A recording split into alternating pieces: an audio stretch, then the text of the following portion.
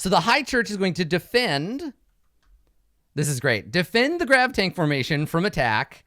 They're going to block for them, and they're going to block with their commodities broker. So it was going to be versus Deathless, but it's commodities broker. This is commodities broker, and this is a High Church commodities broker. Now, the reason this is interesting is because the High Church have a special ability. So the High Church, this is a very different attack. You think you're attacking one person, but you end up attacking somebody else. So the High Church is defending, and now the High Church is an 8 for cunning. So High Church has got an 8 cunning. So let me see here. So this is Vagrant Demagogue +6 versus High Church, which is a +8, and they have advantage on this roll. Okay, so let's take a look at the stats. So they're these guys are 2d6 +2 damage if they hit. The defending asset is the commodities broker, which has a counterattack of 1d8, which might kill those assassins if it works. Great. Okay, commodities broker takes the hit. So let's do the thing, and this is Vagrant Assassins. All right, so House Vagrant, I'm gonna roll. Yeah, I'll roll for the attack first. So D10 +6. That's a 9. So the High Church gets to make 2 rolls. The better of, I mean, they can't fail. It's a counter at least. 12 or 17. Okay, no problem. Yeah, Vagrant Assassins versus the High Church commodities broker. The assassins break themselves upon the church, which means a counterattack is going to take place. So let me attack failed. Counterattack for how much damage? It's 1d4, I think we said. 1d8? 1d8. All right, so this is a d8 counterattack against these assassins. If I can get a 4 through an 8, they're dead. The psychic assassins are toast in a counterattack. Okay, here we go. D8. D8 counterattack. Done. The psychic assassins bounce off the holy body of Christ and are obliterated. Wow. Whoa. High Church to the rescue. And the rescue of mercenaries, no less. Damn. All right. So we delete that row and we make a note. Counterattack for what, 7 damage? So the church has advantage because they are where are they? High Church. They're theocratic. Once per turn, they roll an extra d10 when defending against a cunning attack. So it's very hard to take them apart that way. So Vagrant goes after Deathless, having a lot of success, and then the church throws money at them and they disintegrate using their commodities broker. That's so good. Justifying this shit is what makes this fun, right? How did that happen? Just counterattack for 7, assassins destroyed. Fan-fucking-tastic. So I would love it if the factions in question wanted to cooperate on figuring out what these narratives meant too. That's something that's really good for me. Like, this isn't just about like, haha, the High Church wins. It's about the High Church protecting the Deathless against House Vagrant. And I want all 3 of them to have like an opportunity to talk about what that looks like. Yeah, you go ahead and have a meeting about that to help me fill in the narrative. So there you go. All right, now House Vagrant, despite having their assassins disintegrate, we've got their goal resolved. So let's see how much XP they get. They succeeded in blooding the enemy in 1 turn, which is very cool. And they get, let's see, blood the enemy, crip the foe. Blood. I'm just going to search.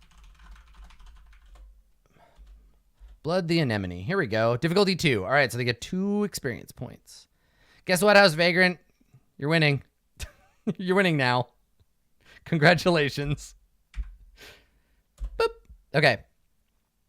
All right. So now, no. We need to move on to the Houses Minor. The Houses Minor. Now, this is a much more peaceful turn. We got blood on Tootham, but for right now, we got a couple of Toothams, couple of Toothams loose.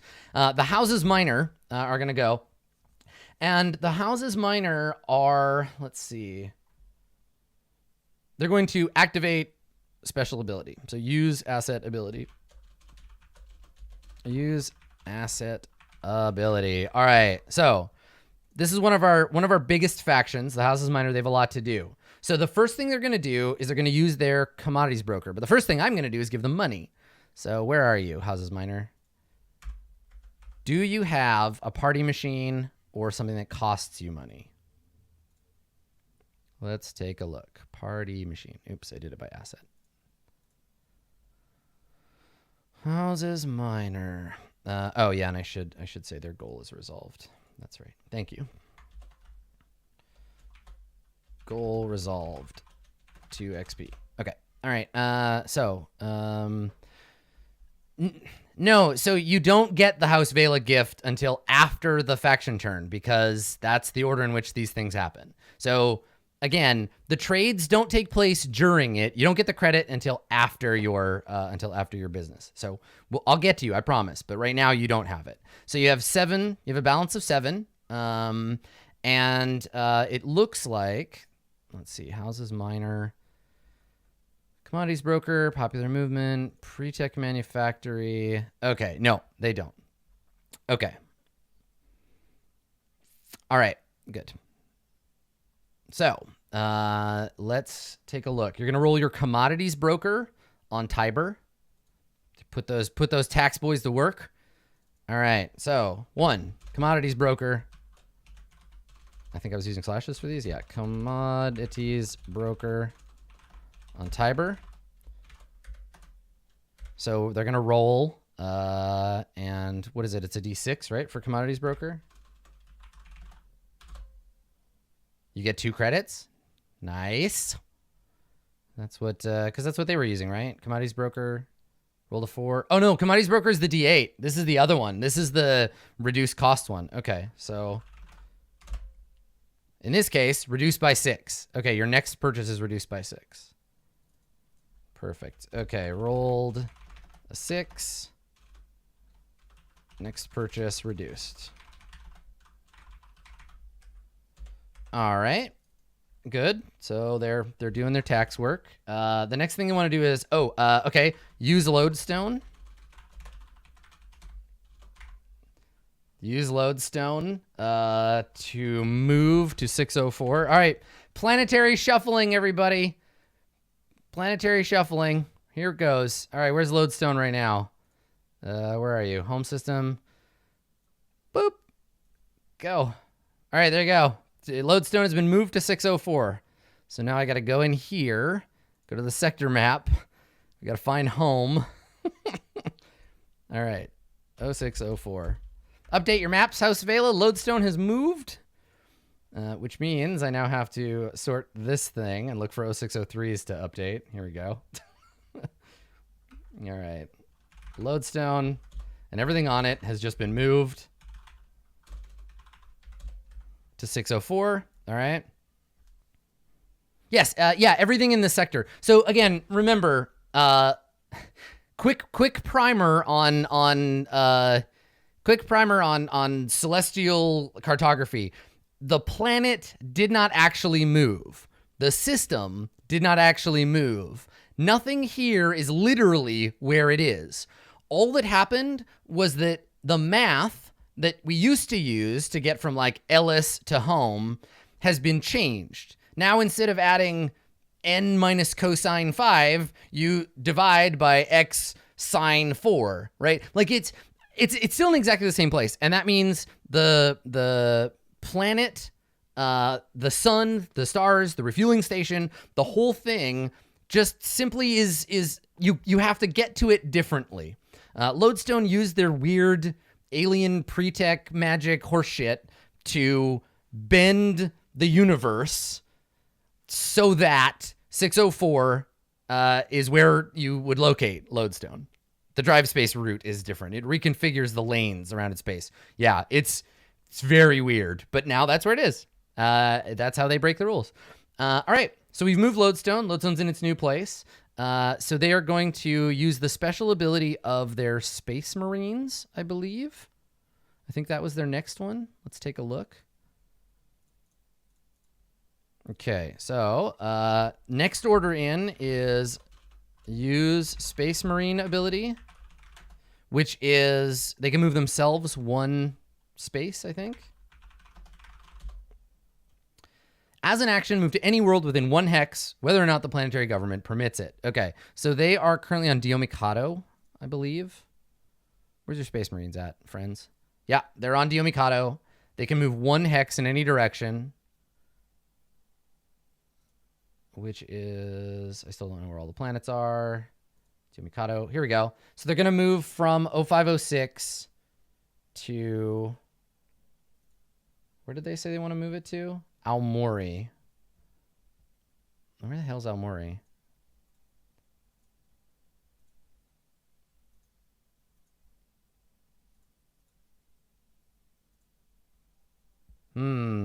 Alvaro system? Oh yeah, it is here. Okay. Oh, I was looking at the asteroid belt. I looked right past it, of course. Okay.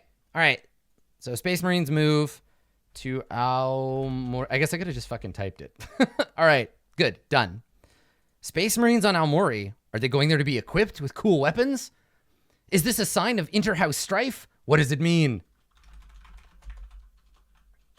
To 0406, I think. But anyway, Aomori. All right. And then they're going to use the transit web to move. And they have 2 things they want to move with their transit web. So transit web, transit weeb, allows the effortless relocation of all assets. For 1 fact cred, any number of non-starship cunning or wealth assets can be moved within any 2 worlds within 3 hexes of the web. Freely on the owner's turn, as long as it can be paid. Doesn't take an action. Okay, so this costs 1 fat cred. 1 fat cred. So that brings you down to 6 houses minor. And then you're going to move the Book of Secrets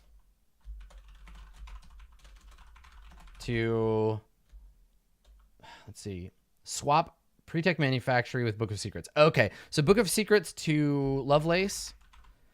And they're going to move Pretech Manufactory to the doomed world of Verona. Interesting. I wonder what that's about. All right, so the transport web moves the Book of Secrets to Lovelace.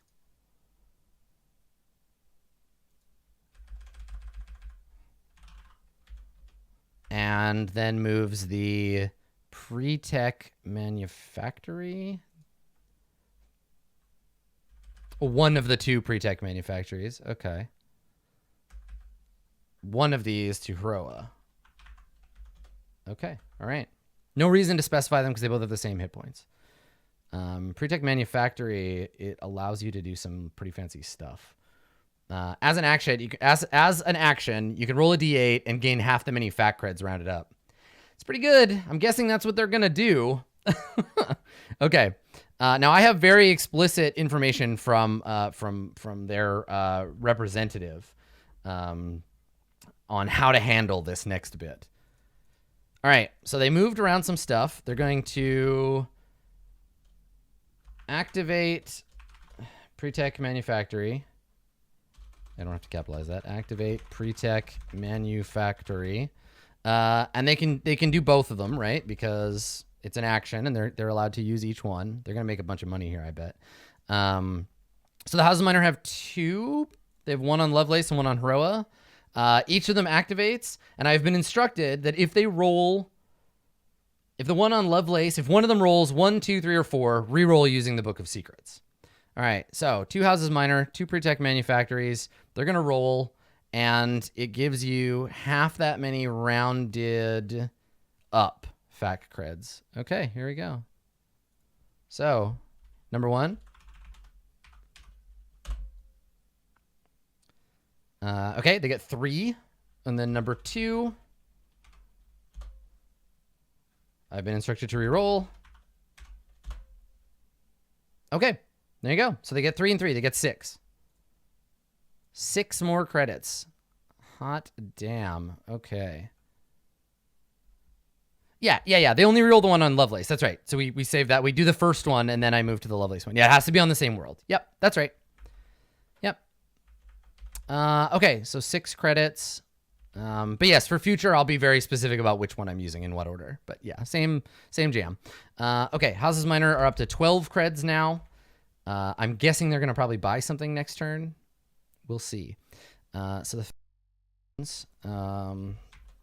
it was the first one, the Lovelace, or the Heroa one. Heroa Manufactory, 3 fac creds, and then Lovelace Manufactory, 2 reroll with Book of Secrets, 3 fac creds. Okay, there you go. Good. Excellent. All right. House Fornax is also going to use asset ability. So House Fornax is, they're going to start with venture capital. Let's hope it goes better than the church. All right, fornicators, let's do the thing. So, House Fornax, they are going to use their venture capital, which we roll a d8. Okay, they get a 4. So venture capital on a 4 gives them 2 fac creds. Oh, and I guess I should I'll do their money too. All right. So venture capital rolled a 4 plus 2 fac creds. They get, let's see, fac creds for House Fornax. They start with 5. And then, do they have any party machines? They do not. Do they have anything that costs them? What's the name of the one that costs them? I don't think so. I don't think they have one.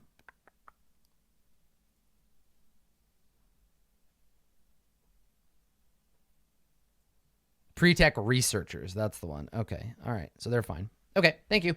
Okay. So that's House Fornax starts with 5. We rolled to give them an extra 2.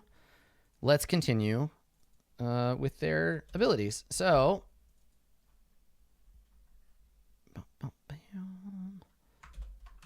yeah, all I care about is native ones. So, post-tech industry. And this is another roll, right? This is make more money or reduce shit. Eventually I'll know exactly what all this stuff does. This is the D6. Okay. So on a 1, they lose a cred. 2 to 4, they get 1. 5 to 6, they get 2. Fornax, get some money. D6. Nice. Got that 6. So 2 more fac creds. Rolled a 6. Plus 2 fac creds. Selling them spaceships. All right. So that's another 2 for them, bringing them up to 8. They also want to, let's see here, activate their commodities broker, the real hero of the sector.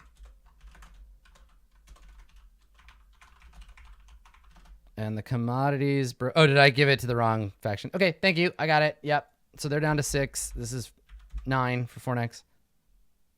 I got it. We're good. Thank you.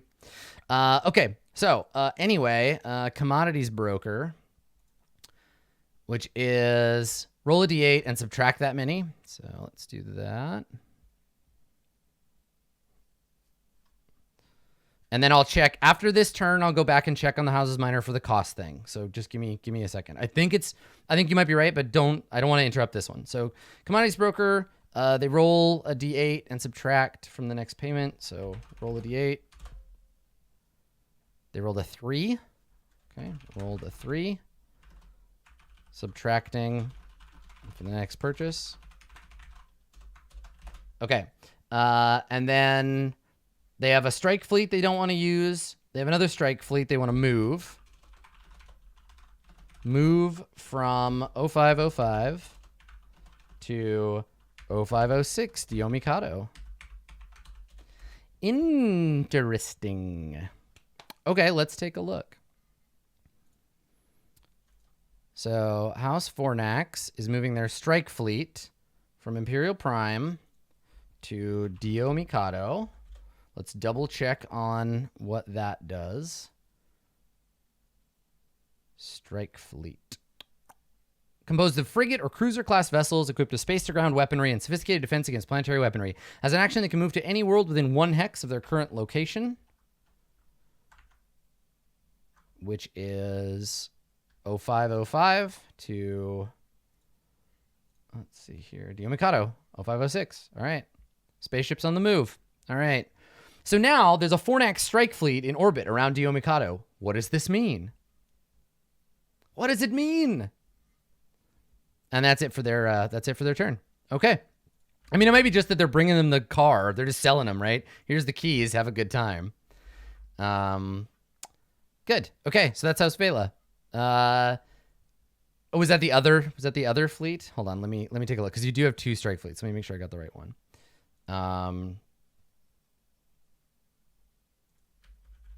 House Fornax strike fleet. House Fornax strike. They're the same. They're both in the same place, right? Oh, okay. So they want to keep. Oh, you didn't specify. So the order says Strike Fleet 1 and Strike Fleet 2, but I didn't know which one was which. Okay, so you want one on Imperial Prime and one on the Imperial Prime Strike Fleet moved to Dio Mikado, and then the other one stays on Maya, right? I think that's how that works. Yeah. Okay, so it was right. I was correct. Good. Okay. So yeah, it was you've got one on Maya and one on Dio Mikado. No, I don't. See, there's your strike fleet on Dio Mikado. And then I know it's confusing. Here's the strike fleet. The system is called Imperial Prime. If it was on Imperial Prime, it would say Imperial Prime, like that. I know. It's a bit confusing. Yeah, sorry. So you're squared away, right? IP. Yeah, it's the name of the system. It's like Mexico and Mexico City. Imperial Prime and Imperial Prime Planet. So we're good.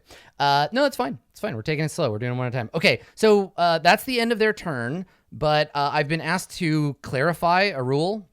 So let's talk about the transit web. Is that what it's called? Yeah, let's talk about transit web. So if this isn't clear, I'm going to clear it up right now. So let's look for transit web. All right. So these facilities allow almost effortless relocation of all assets.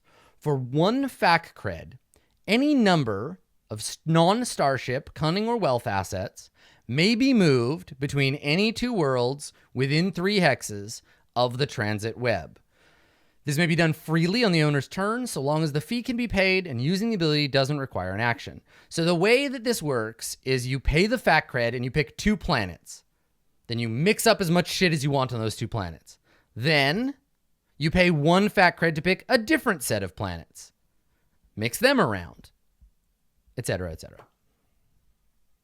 So they paid 1 because they only did 1 set of 2 planets. So that's the clarification there. It's like one of the most expensive and most powerful transportation assets. So it's fine. They're good. Okay, let's check in on the UPC. So you're down with UPC? Yeah, you know me. So they're going to need some money. These rebels. These thinky rebels. So the UPC gets an income of 4. Get an income of 4. And they are going to take the buy action. So let me see if they have anything that costs them or gives them money. They do not. So we're just going to buy them they're going to buy themselves a new action here. So, or a new asset. So buy asset. They would like to purchase surveyors on Yakia. So let's talk about the buy action. So the buy action is an action that allows you to spend your FAC creds to get new stuff.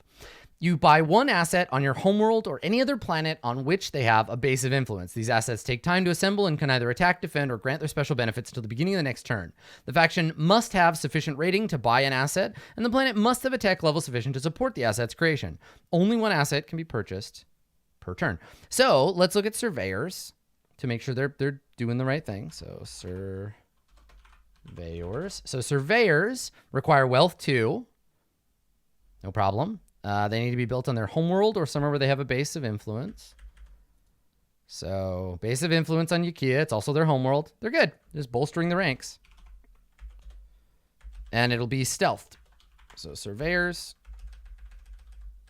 on Yakia. Boop. There it is. Okay.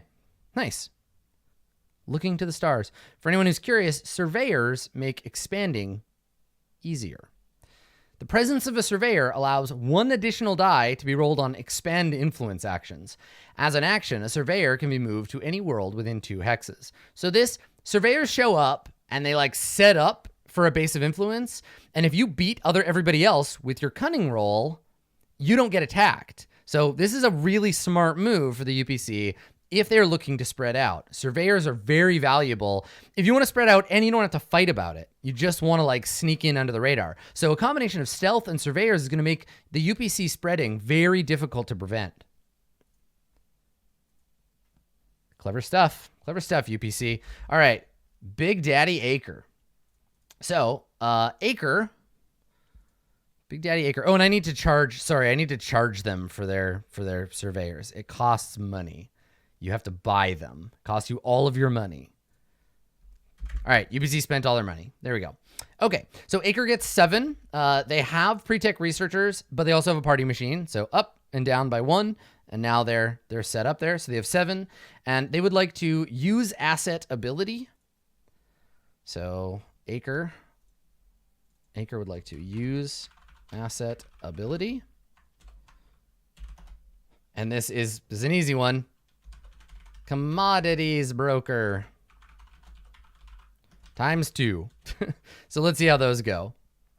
So Acre has a ton of money, and they're looking to make more. Or I guess they're looking to reduce the costs on another purchase. So let's take a look here and see. They're going to activate their commodities brokers on Demnoth. And let's see how this goes. So we need to roll commodities broker. A commodities broker is a D8. That many fat creds is subtracted from the cost of the next purchase. Yeah, they're going to try to go in on something big, I think. All right, here we go. So the first one, D8 for a 4, and the second one for an 8. 12. Nice. Nice. All right, so that's a reduction in 12 on their next purchase, up to a maximum of half the total value.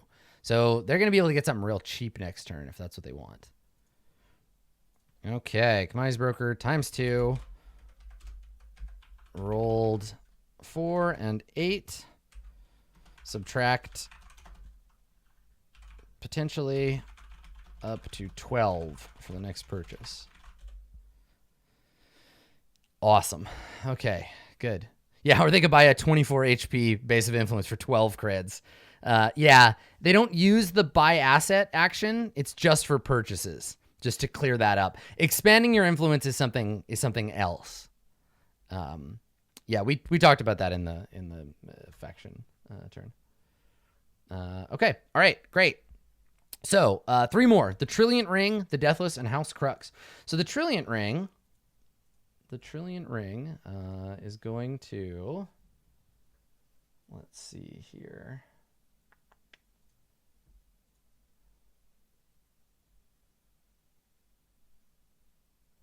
Now, again, this is a place where I may need somebody to pipe in and give me some help on this. We'll see. So the Trilliant Ring is going to expand influence, and they are going to do so by 5 fat creds to build a base of influence on Berkman 3. All right, so Telesco 0308. Let's see if anybody can get in their way. They're going to roll first, or they're going to build it first, and then we'll see. So they get money. They get 5.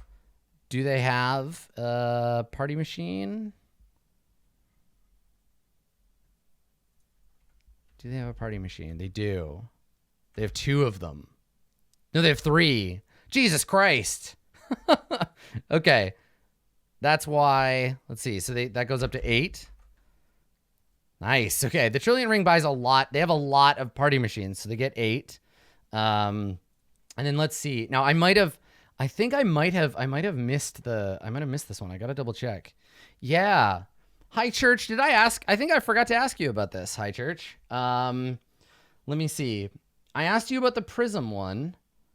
And then we got confused and started talking about Psychic Assassins. I'm seeing you type. Sorry to cut it so close on this one. I can't remember if we talked about it, but please, I'm looking at Discord right now. Go ahead and let me know if you want to attack. I will build this thing. Okay, that's what I thought. All right, thank you. Huge ups. Let me just take a second here.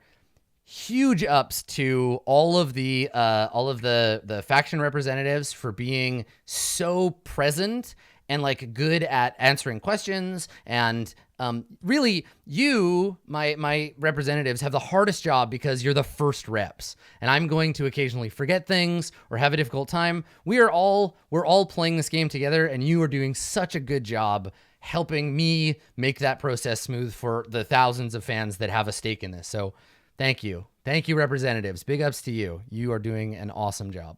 All right, so good news for Trillion. The Trillion Ring is going to get their base of influence with 5 hit points on Berkman. Because nothing says anarchy like shiny gold cybernetics. All right, so you got to pay for it, which brings you down to 3. And then you have expanded influence. So you get your 1 XP. Fantastic. That's right. 10 blessings on the Trillion Ring. So the Trillion Ring, is that a new car I noticed the Exarch driving around Berkman in? Is that a new pleasure yacht for the High Exarch? What a lovely time it is to be a church member. What a lovely time. All right, so you get your new base of influence. It's on Berkman, which means you can now build your own additional shit on Berkman. And we're good to go. Rad. Thank you, High Exarch, for jumping in and helping me out on that one. Okay, great. So non-contest, and they get the asset. Not contested. Get the asset they need. So get the base. Mark experience for completed goal. Fantastic. Okay, good. So next we need to build in the Deathless and then House Crux. Okay, so Deathless. The Deathless. God, this is why the turn order matters so much. Because all that's left for Deathless to make this attack is those beleaguered grav tanks. They yet live. Thanks to the church's influence, these grav tanks can now counterattack. 12th is a hard place to be. So, Deathless have chosen the attack action. This is a gamble. Giant robots. And they're going to attack House Vagrant with their grav tank formation. So, let's see. Attacking House Vagrant on Tootham with grav tank formation. And yeah, I got to give you money. So Deathless, you start with 5. Okay. All right. So it is a gamble because they're a little bit beat up, but I mean, you can't win a fight if you don't bring your gun to the table. Okay. So, the Deathless have elected to attack them on this planet with the grav tank formation, but they don't attack them. They don't attack them directly. This is what's fun. The defense is what I think is interesting here. So I asked House Vagrant, and Vagrant says they're going to defend with their their post-tech industry, I think. Yeah, they're going to attack with their post-tech industry. So the mercs blow up a bunch of factories. Fuck you. We're going to blow up your factories with tanks. So let's take a look at how that attack is going to play out. So again, Deathless versus Vagrant, no modifiers to the attack roll. This is a force v force attack, I think. Let me look here. We'll do it by location. So Tootham, we got that. Where is it? 0303. There we go. So we got that Deathless Grav Tank formation. It's a force versus force attack. It is being blocked by post-tech industry with no counterattack. So there's no counterattack. So this means that no matter what happens, the Grav Tank formation will survive this battle. So force v force is D10 of 6 on 5. 6 on 5 here. Oh, there is a counter on the post-tech? What was I looking at? Hi, what are you seeing? What are you looking at here? Post-tech industry? It says none right there. Is that wrong in the book? Like, does the book have a D4? Oh, I'm looking at the wrong column. Of course. I was looking here for the same number. Yeah, I have the wrong highlighted. Okay, yes, so there is a D4. So there's a 1 in 4 chance Deathless will lose their tanks. That's even better.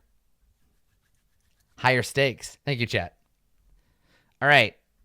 See? You get the sharp eyes. I got too much shit going on. That's why I need your help.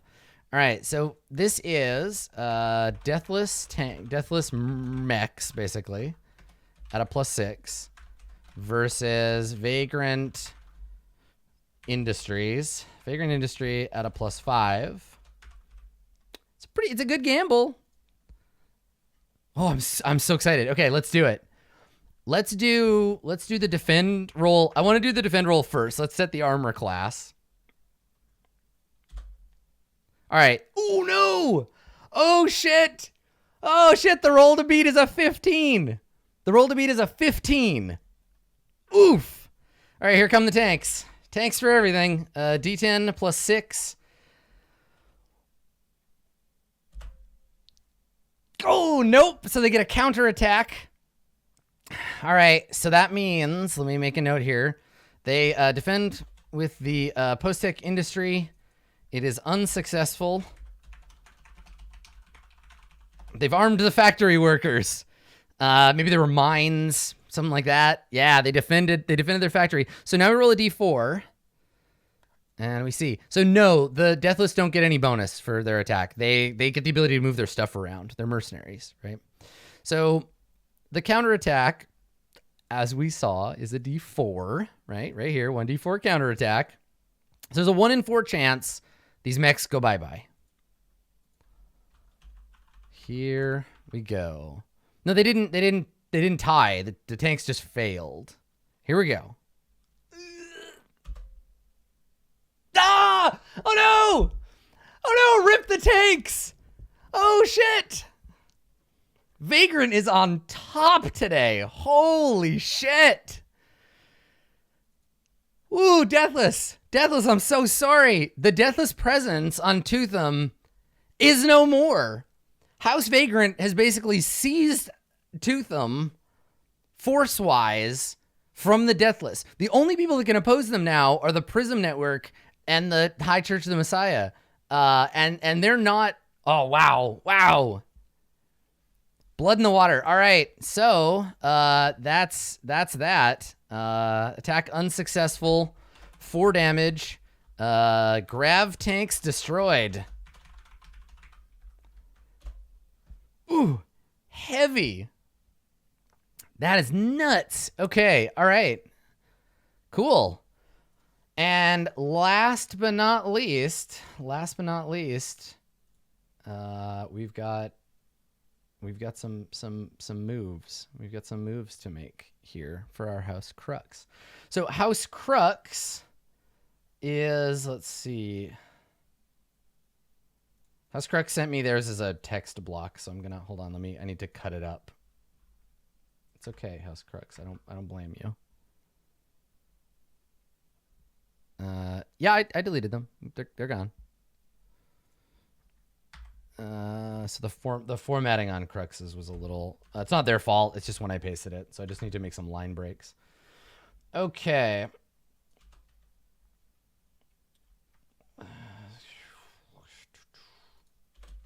It looks like they're taking the attack action. It looks like House Crux is taking the attack action. Oh, wow. Are they ever?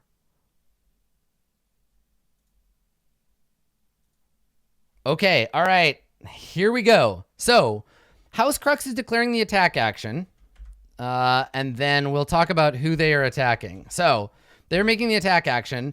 Before they choose their targets, oops, get out of here, keyboard shortcuts. Before they choose their targets, they're going to use a non-action special ability.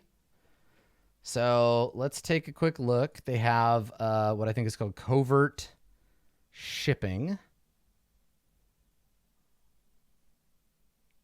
All right. So covert shipping came up as an interesting thing because you can use it without taking an action because it doesn't say as an action. So they're going to use quiet interstellar asset transport. They're going to spend a fat cred and they're going to move somebody.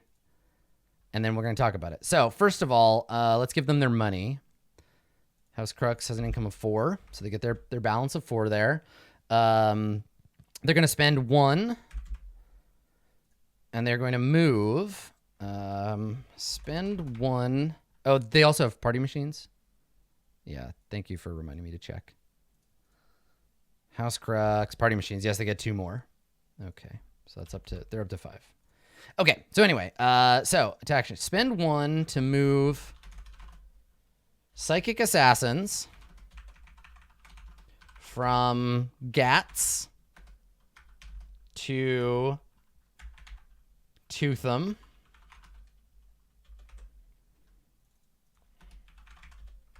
Okay, so they're going to move their Psychic Assassins to Tootham. Here come the Assassins. All right, Psychic Assassins, they move to Tootham. Sneaky, sneaky. Okay. And then they're going to go off. They're attacking Vagrant on Tootham. So House Crux, let's see what they got.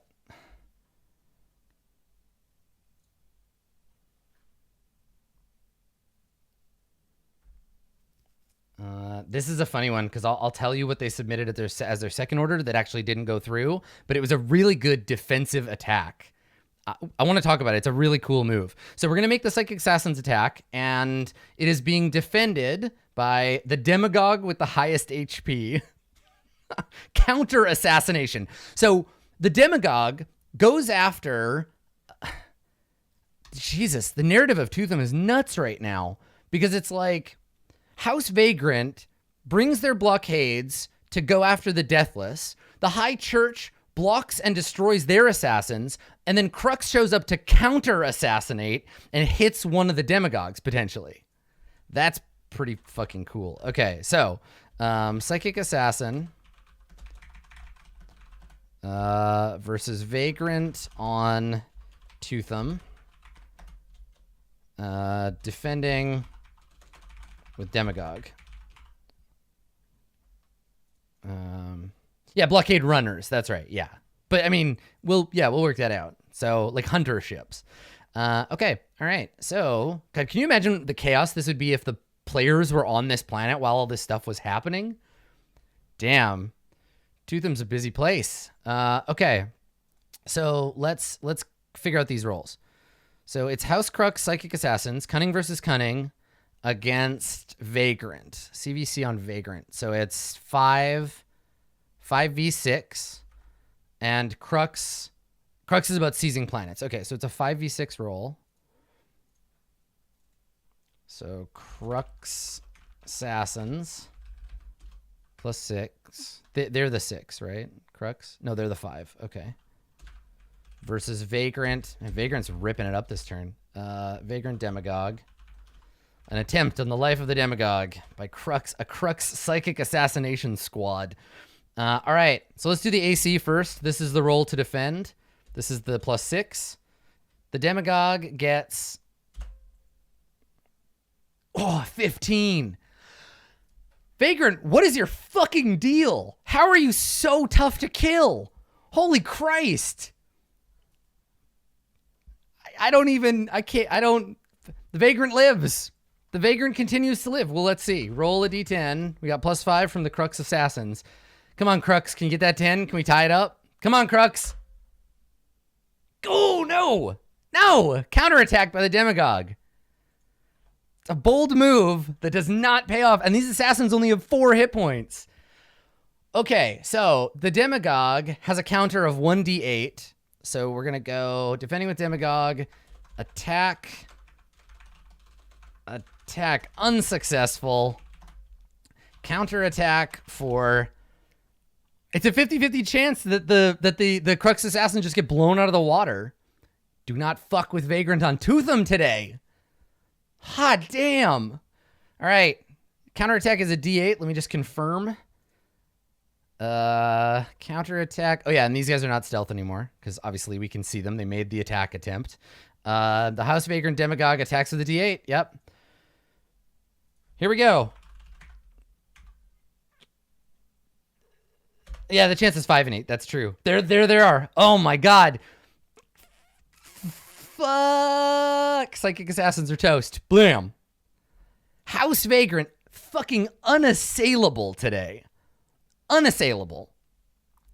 Well, if you wanted people to take you seriously, House Vagrant, today's your fucking day. So that means counterattack for 4. Assassins are destroyed. The assassination attempt on whoever this fucking person is, it just didn't work. Now, what's cool is that there's an additional attack option here, and I love that House Crux thought about to do this. So what House Crux told me was after the Psychic Assassins on 0303, we will attack House Vagrant with our Grav Tank formation, our Party Machine, and our Party Machine on Ellis, planet Hyra. Right? So they dropped in an additional set of attack orders that are all like legal and fair on Hyra in case House Vagrant went there. It's a brilliant example of a defensive attack order. Like, we're good. We're going to attack somewhere else, but just in case there are vagrants on our planet, we will stomp them into the ground. It's a really smart idea. Well done, House Crux. That's a very smart way to play this. And if you are finding yourself in their position with an attack order and nowhere to aim it, pick a faction that you think might show up on a planet you have assets and take a shot at them as a gamble, because nothing happens. This is just you're vigilant. You are ready to go in case they showed up. So good work. Good work, fam. You did it. So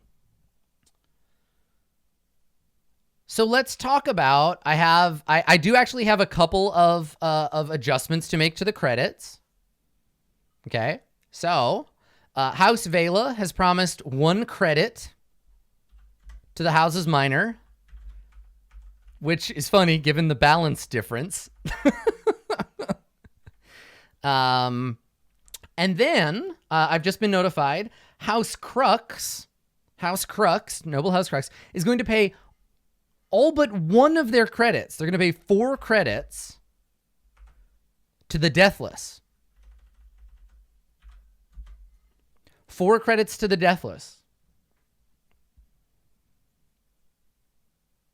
The Deathless did what was promised and have been paid for it. So, there you go. There you go.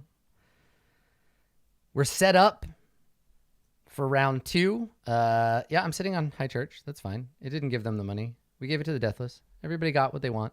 Yeah, they're fine.